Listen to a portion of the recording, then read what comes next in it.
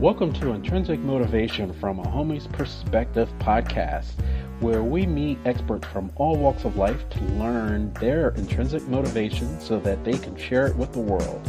What do we have in store today? Stay tuned to find out more. Good morning, good evening, good afternoon, everybody out there in podcast land. You are in tune to another episode of Intrinsic Motivation from a Homie's Perspective. This is Hamza. And I am David.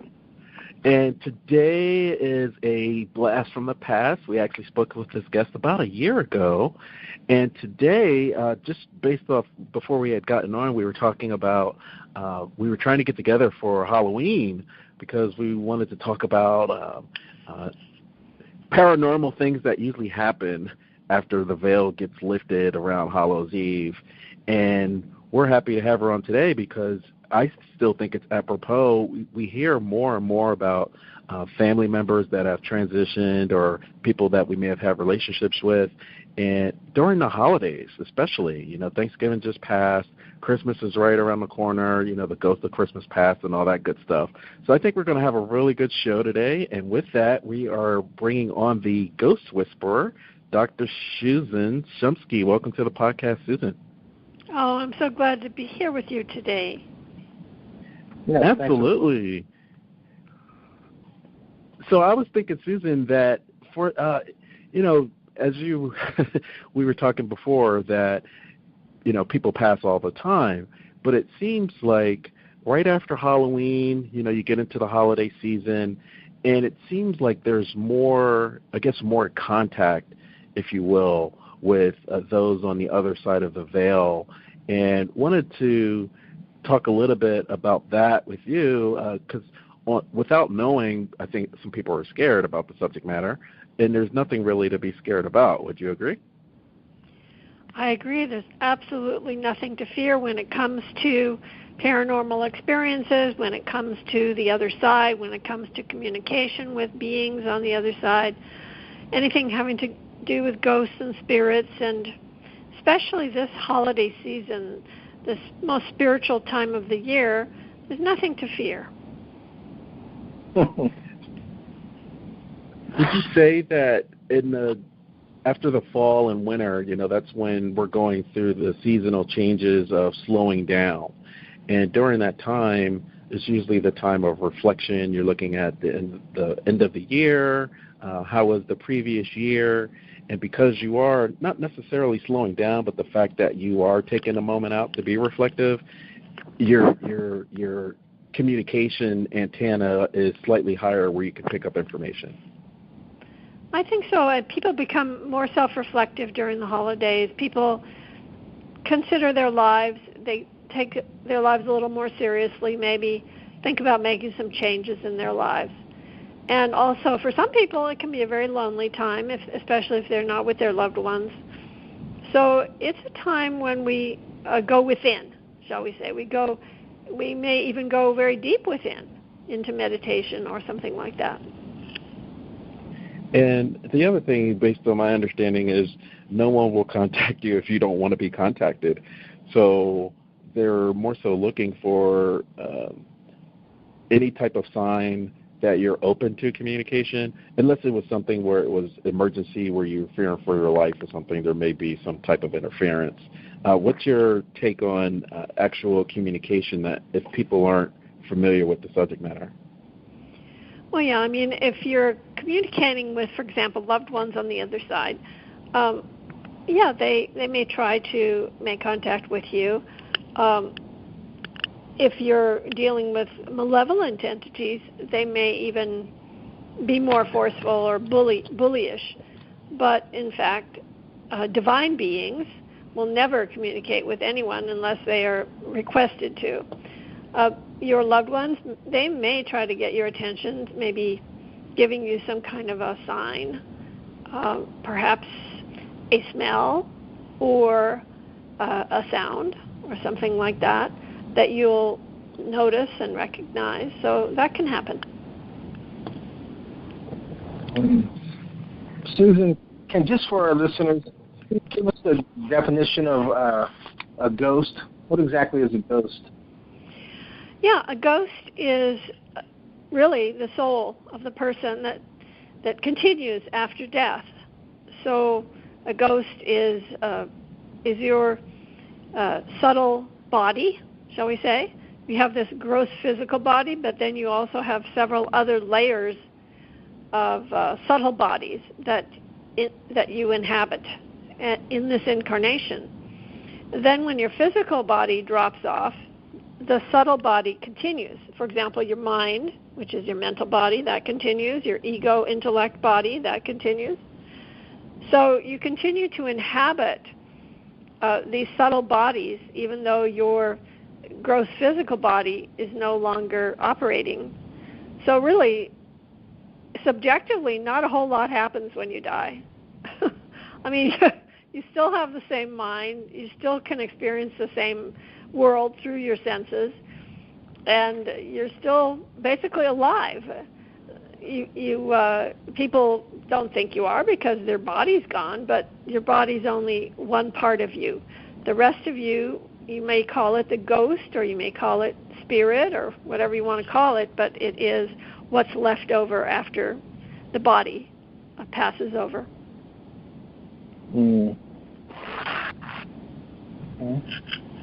I always kind of, well, not just what I just thought, just upon reading and whatnot, where the ghosts are always those spirits that have, transitioned on, or people that have died, but it's like they don't realize that they're dead yet, so they're just kind of still hanging out.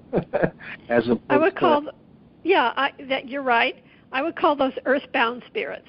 Earthbound spirits. Those are spirits who, for one reason or another, they did not go into the light after death.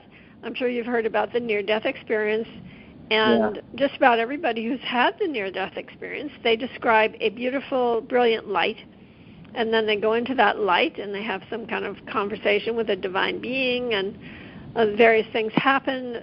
It's possible they might have a life review and other things take place. But there are some beings, some spirits, some souls, shall we say, who do not go into the light for various reasons. And so they get stuck or stranded in what we might call limbo or the astral world. So those, I define those as earthbound spirits. Okay. Now, along the lines of earthbound spirits, Susan, there's a growing community online where there's a school of thought of not following the light when you transition. With that line of thinking that if you follow that light, you're not so much doomed, but you are certain to reincarnate. And if you don't go to the light and go to the left, so to speak, then you can break your karmic cycle, if you will. Are you familiar with any of that? I'm familiar with the concept of not reincarnating or reincarnating. And the pathway for the average individual is to go into the light and then have a life review, meet some divine beings who help you to design your next incarnation, and then at some point you reincarnate. Now, no one is going to reincarnate unless they still have issues, and they still have what's called sanskaras. Sanskaras are the impressions that lead to seeds of desire. Sanskara is actually literally means seeds of desire. And the seeds of desire is what makes you reincarnate. Whether you go this way or that way, you're still going to reincarnate. If you go left, right, up, or down, you're still going to reincarnate unless you are spiritually enlightened before you die. Before you die. You have to become spiritually enlightened in order for this to be your last incarnation. You can't just make a decision, oh, now I'm dead, now I'm not going to reincarnate. It doesn't work like that. I'm sorry to have to inform you folks. Let's stay there for a second. Let's have some fun with it, Susan, Okay. if you don't mind. Sure. So, right, because once we leave the third dimension, there's no such thing as time. And so there's stories of, let's say, people that were evil beings in a life, and when they transition, they're like, oh my goodness, the instance of a spiritual key. I left my key somewhere. I got to go back and get it. And so they're more apt to want to incarnate immediately versus someone that, may have had a fulfilling life and they transition and they said, I still have seeds of desire, but I'm not going to incarnate for some time period. Is there a scorecard that we can kind of look at or consider to say, hey, I want to reincarnate immediately, or, I'll wait a couple of 100 or 1,000 years? Okay, well, that's an interesting question. So the thing is that when you pass over, you still have these seeds of desire, and that's what makes you reincarnate. As far as the length of time that it takes you to reincarnate, the beings who take the longest to reincarnate are those who don't go into the light. People who are stuck or stranded in the astral world, they can be stuck there for hundreds, even thousands of years. They can haunt a house or haunt a place, haunt a theater, haunt a person, haunt their loved ones. They can continue to hang around for a very, very, very long time. The ones who go into the light, that's most people, average, almost everybody, goes into the light, their reincarnation takes place according to natural course of events, and also the desire of their soul's desire, their heart's desire. But like I said, those who get stuck, who didn't go into the light, those are the ones who can get stuck for a very long time. You bring up a really good point. I was thinking about, I know that you're listed as a resource on James Van Prague's site, and I believe it was one of his other books where they had run into a sea captain or something, and he thought he was still trying to save the ship, and over 200 years had passed. So, it totally speaks to what you're saying as far as being stuck in limbo. Right. I mean, I think of The Sixth Sense, for example, the movie The Sixth Sense, where the guy didn't even know he was dead. Yeah. He's wandering about on the earth as though he were alive, wondering why nobody's answering when he talks to them, but still, continuing to just hang around. And this can happen, and especially if you've had a traumatic death like the sea captain or whatever, could be continuing to try to save the ship for hundreds of years, and then maybe somebody comes along and says, hey, time for you to go into the light. And then just speak lovingly to that being and tell them that they're filled and surrounded with divine love and divine light, and help them to move on and go into the light. So that's what I was going to ask. How do those stuck spirits eventually, get to the point where they, finally go into light? So they get some kind of assistance, right? It's kind of not on their own that they realize they need to go into the light. If they pray, if they think of God, then the light will appear and they can go into the light. If they don't, then they won't, unless somebody comes along to try and help them. And I think a way for people to really relate to this is that show called Ghost Whisperer, where Jennifer Love Hewitt played a character who actually helped souls to move on into the light. That was her main thing. She was a ghostbuster. She helped the spirits to move on into the light. Yeah. I mean, I know the show's called Ghost Whisperer, but she was basically a ghostbuster. She helped them to move into the light. Yeah.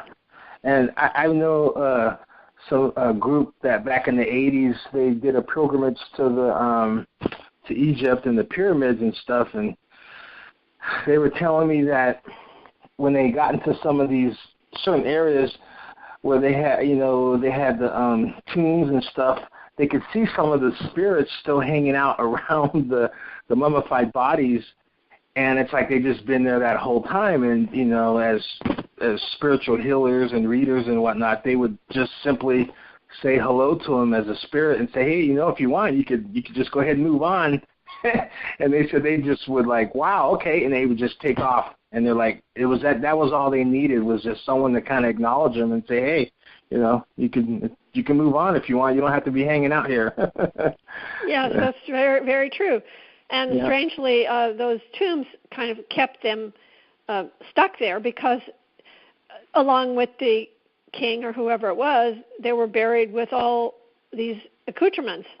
Yeah. And since all their possessions were there, that kind of they were possessed by their possessions.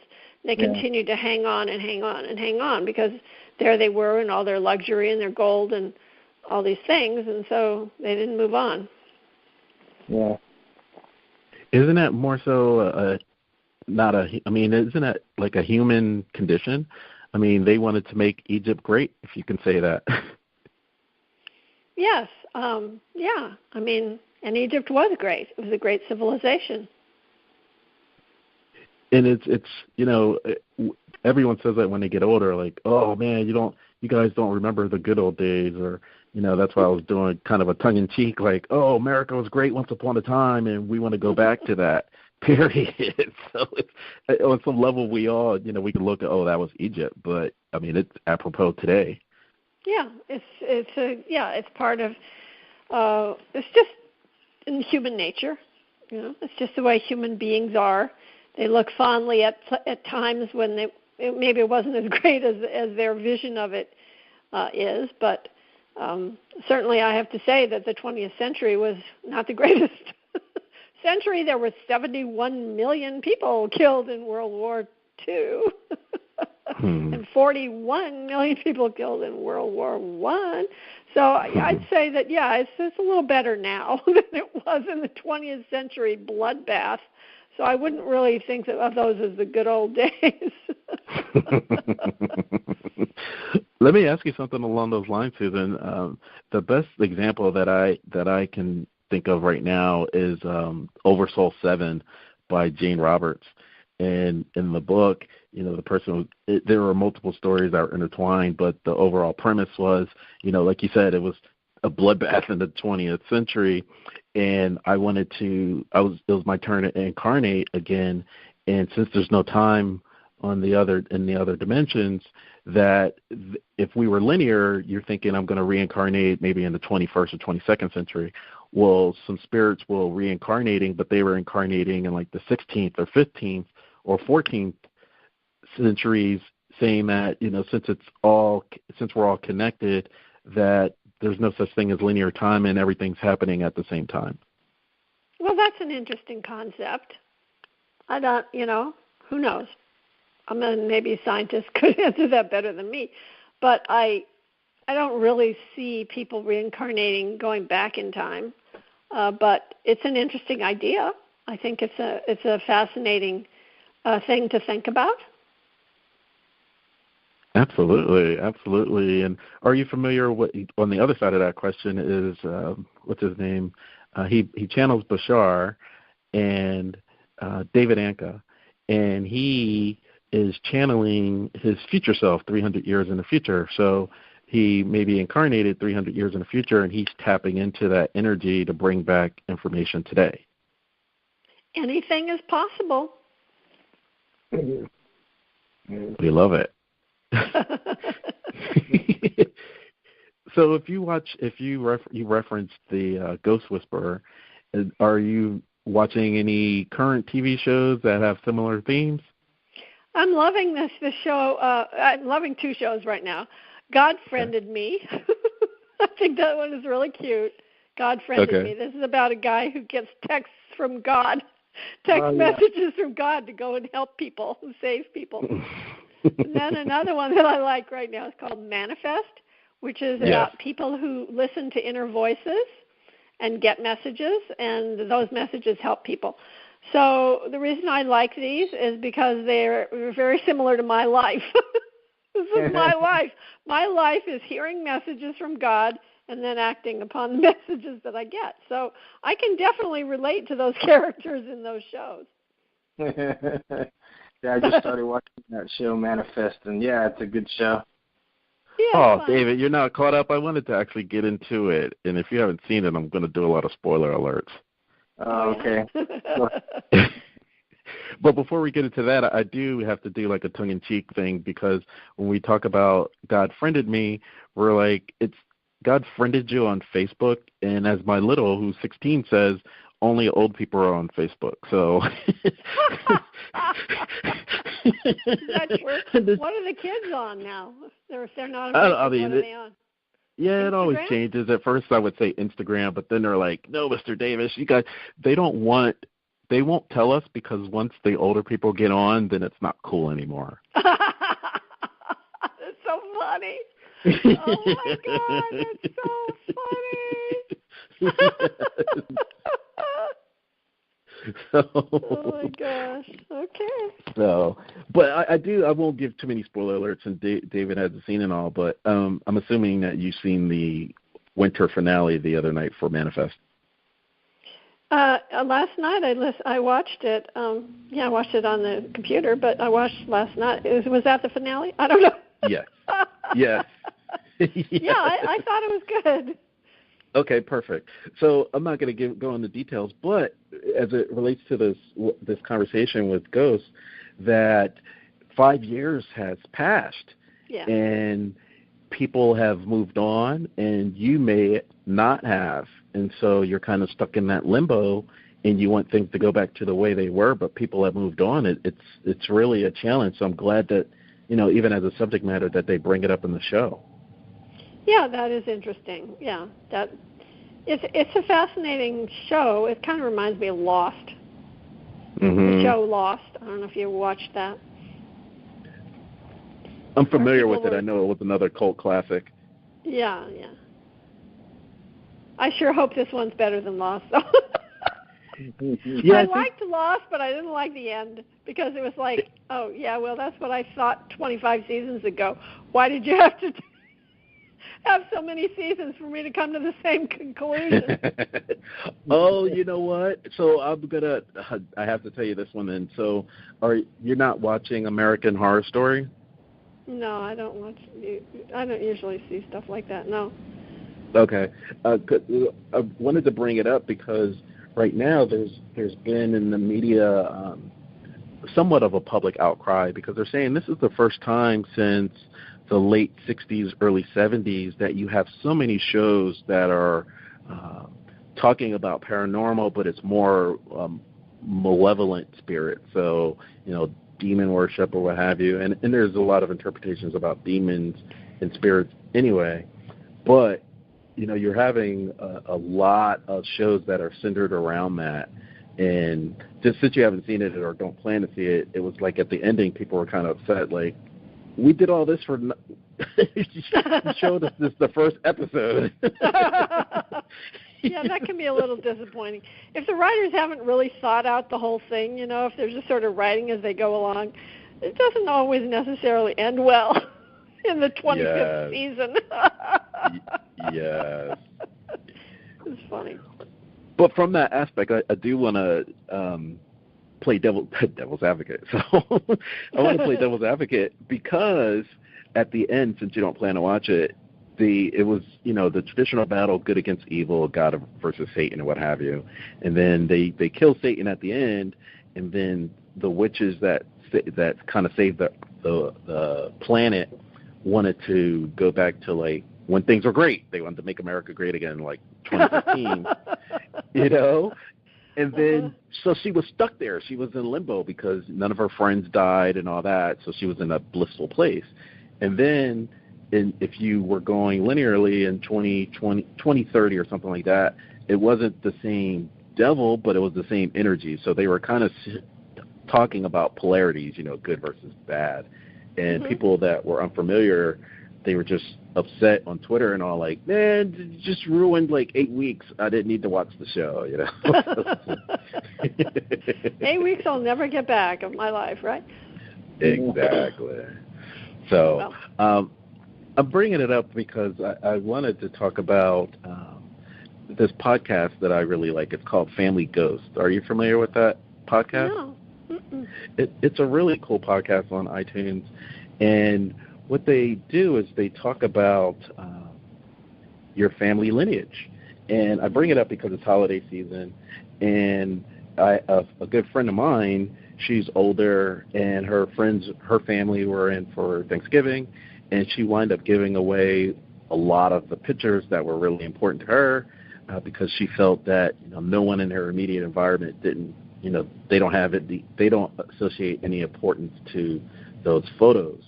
And so in Family Ghosts, it's kind of the same deal where you have these family stories that are hidden or buried, and they're subject matter that people really don't want to talk about. But then you have these rascally kids, the grandkids, or nieces and nephews that come pulling all that stuff up. And so the older folks don't really want to talk about it.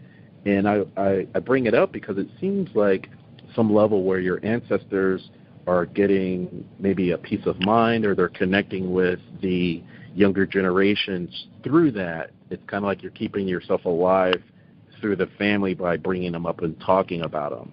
And I wanted to get your take on lineage from an ancestor point of view. Mm-hmm. Yeah, well, human beings are very, they hold on. They're very clingy. They hold on to the past. And they don't want to let go. And also, this is the reason why people have kids and have grandkids. They want to create immortality for themselves, when they don't realize that there is a way that they are, in fact, already immortal. First of all, everyone is immortal. No one dies, ever. And secondly, there's that fear of death. And the fear of death is often the impetus for people to breed and to have kids, grandkids, and continue their lineage, because they don't want to die. They don't want to be erased. And, the ultimate fear in humanity is the fear of death. So people are trying to perpetuate themselves one way or another. And the usual way is to have kids, have grandkids and all that. But the reality is we are immortal. And, in fact, when you were talking about people on that controversial site where people are saying go to the left, don't go to the light, and all that kind of stuff, yes, there is a way for human beings to realize their true self, to realize who they really are, and thereby never incarnate again. But most people, very rare that people want that. There's a very rare number of people who want to actually, for this to be their last life. So they don't even think about it. They don't even aspire to that. It's very rare for a human being to aspire to that, but it is possible for human beings to reach that goal of spiritual awakening, spiritual enlightenment, whereby they can choose to reincarnate or not, and basically don't reincarnate if they don't want to. So it is possible, but you have to be enlightened, you have to know who you really are. You have to be on that different state of consciousness, that different level of consciousness, in order to have that choice in the first place. And then that different level of consciousness, they kind of, as my understanding, they incarnate anyway, and that, not that they incarnate, but they're helping people through through a realm of being like a spirit guide or what have you. And when you have communication with them, they may say, I either I didn't incarnate at all in the third dimension, or I did, but it was thousands of years ago, and I don't have any desire to incarnate again in the flesh. Yeah, there are various choices a soul can make. Once they reach spiritual enlightenment, it's possible for them to become an ascended master. It's possible for them to assist humanity. It's possible for them to just live in the celestial world and never have any association with the third dimension at all. And it's entirely possible for them to just be of service in various ways. But it's also possible to just dissolve into the absolute, into Sat Chit Ananda, into absolute bliss consciousness. And in that case, there's nothing left of you. You've merged with unity. You've merged with that oneness, that wholeness, that bliss consciousness. Absolutely. And you had talked about the fear of death, and for some that have gone through a near-death experience, they actually face that fear, and in many respects, they come back with that sixth sense, and they have greater communication than a layman would. What's your experience? How did you become a medium, and did you have to go and face your fear of death in order to access that consciousness? I actually did have a near-death experience, but I don't remember any of it, and I don't know if it has any relationship to my wanting to study and become spiritually awakened. But everything that I have done in my life, all the clairvoyant, clairsentient, clairaudient abilities that I have, I learned. I actually studied and learned and developed. So I developed step by step. I'm not one of these people who was psychic at birth or who became, suddenly got struck by lightning, now I'm psychic. I never had anything. I actually learned step by step. And because I learned step by step, I can teach step by step. I can teach others how to develop their supersensory abilities, and also I can help people to listen to that inner voice and also to experience higher states of consciousness. Because I learned it, I can teach it. And I teach most of it through my books. I mean, you can learn just about everything that I have to teach. You can learn by reading my books. I have 14 books in print. So if you want to learn how to develop your psychic abilities, if you want to learn how to become spiritually awakened and enlightened, it's all there. It's all laid out in my books. Susan, can you talk a little bit about, I want to know personally for you, what is your, when you astral travel, do you usually recall your experiences when you're on the astral, and how can someone, what can someone do to recall those experiences? Because most people are like, I don't remember my dreams at all, or just little bits and pieces, if that. Well, if you want to be good at remembering your dreams, then you should have a pad of paper next to your bed, and before you really get very wide awake, immediately grab that pad of paper and just jot down whatever you remember from your dreams. And the other thing you can do about your dreams, if you want to remember, is right before you go to bed, just pray to remember your dreams, or pray for a specific kind of dream. You can say, Spirit, please give me a dream that will help me solve this particular problem, or give me a dream that will give me insight about this particular subject. If you ask and you pray, then you can actually channel your awareness in such a way that you may have dreams that will solve that problem, that you'll get what you asked for. Regarding astral traveling, I don't do that. I don't recommend it. It's not a safe practice, and you don't need it. You don't need to astral travel in order to experience subtle realms, spiritual realms. All you need to do is just open your third eye and learn how to tap into other realms of existence. It is not safe to do astral traveling. I don't do it. Why is it not safe? Because you're leaving your body. If you're actually astral traveling, you're no longer in your body. You're actually traveling around in places that you should probably not even be in, especially if you're traveling around in the astral plane. That is not safe.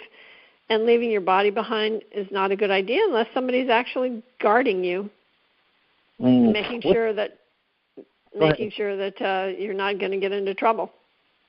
Well, when you go to bed at night and you leave your body, is that a form of astral traveling, or is there a difference? It can be, but mostly it's just dreaming. But sometimes you may leave your body and wandering around in dream state, but that is completely safe. It's safe to do that, and it's a perfectly natural thing to do. Okay. So you're also saying, Susan, that it's not safe to go to the big city, like you might pick up hitchhikers? Well...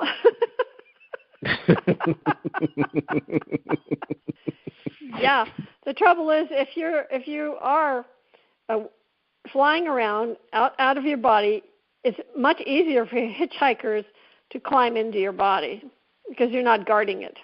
You're elsewhere, so something else can move into your body, and you don't want that to happen.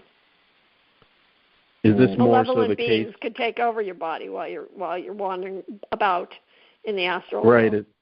Is that where you're saying earlier we were talking about Earthbound Spirits, and Right. they're stuck here and they may not know that they are dead, but there are some that know they are, and they're actually Yes. hitchhikers just waiting for you to go out in the astral. Exactly. Absolutely. There are malevolent beings who want to take over the bodies of human beings. So the best way, let's just say, because I see this, and I'm sure you do too in your day-to-day comings and goings, that there are a lot of people that are getting into this sphere of consciousness, and there's so much information that they can access now, just electronically, so on social media or what have you. And so they're picking up pieces here and pieces there. Aren't they in some ways making themselves vulnerable because they don't have a foundation where they are unwittingly picking up hitchhikers? You hit the nail on the head there. Yeah, if you open up your energy field, if you open up your aura indiscriminately and let anyone or anything jump in, you are asking for a lot of trouble. And people do that. They can get possessed. They can get oppressed. I went through all of that, by the way, when I was young and naive and didn't know how to close off my aura. And, I got possessed, and it's not fun. Definitely not fun to be possessed. You definitely opened up Pandora's box there, Susan. Yep. And I want to ask you, obviously, inquiring minds want to know, because when it happens, is it like where people are thinking it's this big, scary event and now I'm taking over? Or in many cases, I would believe that malevolent spirit's coming in as it's not representing itself that way. It's representing itself as, you're channeling a higher being, and they're telling you what you want to hear, where you're opening yourself up even more. Yeah, those are what I call the faker spirits, and those are really very manipulative, and they're really deadly because they pretend to be something that they're not. I got possessed. When I got possessed, it wasn't beings that were really trying to be malevolent or anything. I just got, they were just in pain, and they wanted to use a body, or they didn't know what they were doing, and they were confused and all kinds of things. But the really scary ones are the ones that you're describing. Yeah, because it's so easy for people to be deceived, to these mediums and psychics. They think, this is some kind of high being, when it's not. Yeah. They get duped. So what's a good way, Susan, to make that distinction between a faker spirit and your actual spirit guide that's trying to talk to you? Yeah, use my 10-test system. I have a 10-test system that you can test as to whether the messages you're getting are from the spiritual world or from the astral world or from your wishful thinking or from your mind or where the heck those messages are coming from. So use my 10-test system, which is in my books, such as Awaken Your Divine Intuition and Divine Revelation. And also I do have the 10 tests in the book Awaken Your Third Eye as well. So those are the main books that I have that teach the tests. Now, are your books in linear order as well, or is it okay to pick one, or do you have to read, is it a prerequisite to read the first one before you get to the final one? No, there's no prerequisites. Each book stands alone by itself, and they're all really great. They're great books. So, Susan, for those that don't know, you spent like 20 years in India, right? I spent 22 years in an ashram. It wasn't in India. I was in India for part of the time. I've spent quite a number of times. I've been to India, and the first time I went there, I stayed for 6 months. But most of I was for 6 years on Maharishi Mahesh Yogi's personal staff. That was in Europe. Okay. And also I spent another decade in Fairfield, Iowa, which is another ashram that my guru had, Maharishi Mahesh Yogi. So I was in various ashrams, but they weren't necessarily India. Okay. So in those 20 years of being involved in the ashrams, what impressed upon you the most? would you say? First of all, number one, the spiritual experiences of deep meditation that were very profound, and that brought me into higher states of consciousness. And secondly, the man who inspired me, which was Maharishi, whom I lived with, who's I was on his staff for 6 years, and that was an amazing experience to be around this enlightened being who was very enigmatic, but also a great inspiration. Is he still alive today? No, he died in 2008. 2008. Okay. Do you know how old he was? He was 90 when he died. Wow, long life. All right. Yeah. Do you speak with him in the spirit? I have spoken to him a few times in the spirit because I wrote this book, Maharishi and Me, Seeking Enlightenment with the Beatles Guru. And because of the fact that I wrote that book, I did have a couple questions I wanted to ask him about the book. And, in fact, yeah. So I did communicate with him a bit. And also I did have a profound experience before I left Fairfield, Iowa, right before I left, of him visiting me and communicating with me. So, yeah, I have communicated with him a little bit. No, that's great. The other thing I wanted to ask, I wanted to go back a second on possession, because we've had over this past year, we've had a number of podcasts where we've had guests on talking about varying levels of opioid addiction and addictions overall. And I remember when I had gotten to the intrinsic motivation space, that I stopped going to bars and clubs because there were lower energies there. And we were talking about possession and faker spirits. Are you seeing that there's an increase of activity in that realm because people they don't have their regular scruples or foundations around them because they are dealing with addiction? Well, yeah. I mean, the trouble with drugs is that it opens you up to the lower astral realm, or it opens you up. It just basically opens you up. And if you don't have discernment, and if you're not spiritually connected, then it opens the doorway to entities possessing you, oppressing you, screwing with you, messing you up. And, I mean, it's bad enough to be addicted, but now you have these entities that are taking over your body and mind. I mean, it's really a bad situation. So I'm very anti-drug. Anybody that is thinking of taking any drug, please don't. Please, just stay clean.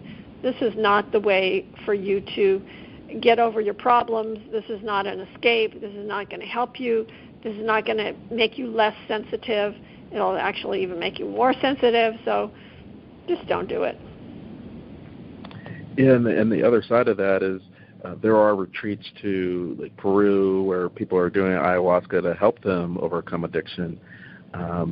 But isn't that, in some cases, there are people that are pro-ayahuasca and con because there's an over-reliance on something outside of yourself, and I wanted to get your position on that. Yeah, I do not recommend that anyone take ayahuasca or any other drug. Ayahuasca is just DMT. That's what it is. It's made of dimethyltryptamine. It's just another psychedelic drug. Don't do it. Don't take it.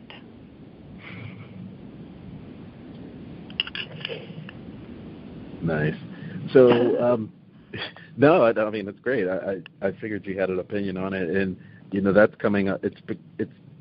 You do have different pockets, at least in the corporate world, where they're accessing some of these, like ayahuasca or LSD, for accessing greater intelligence that'll help them on their job. And so, some of these things are gateways where I'm sounding like Nancy Reagan again.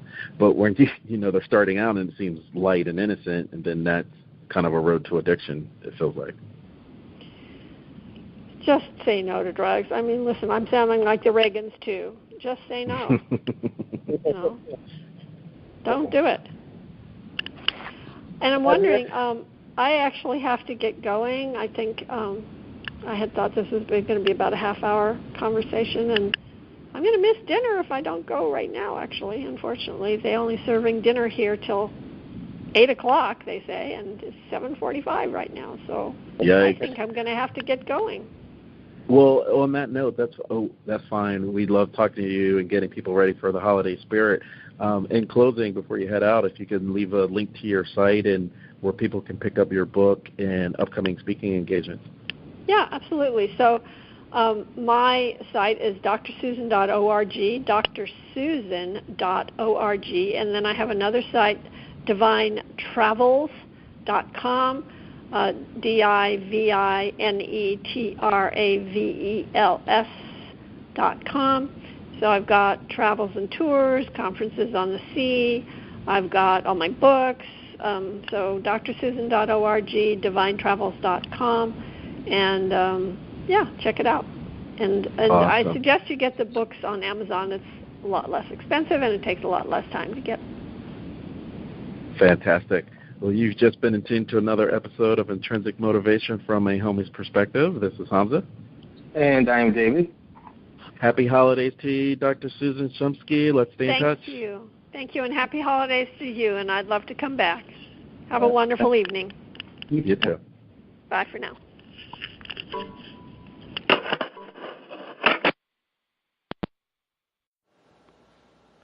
Thanks again for checking out another episode of Intrinsic Motivation from a Homie's Perspective podcast.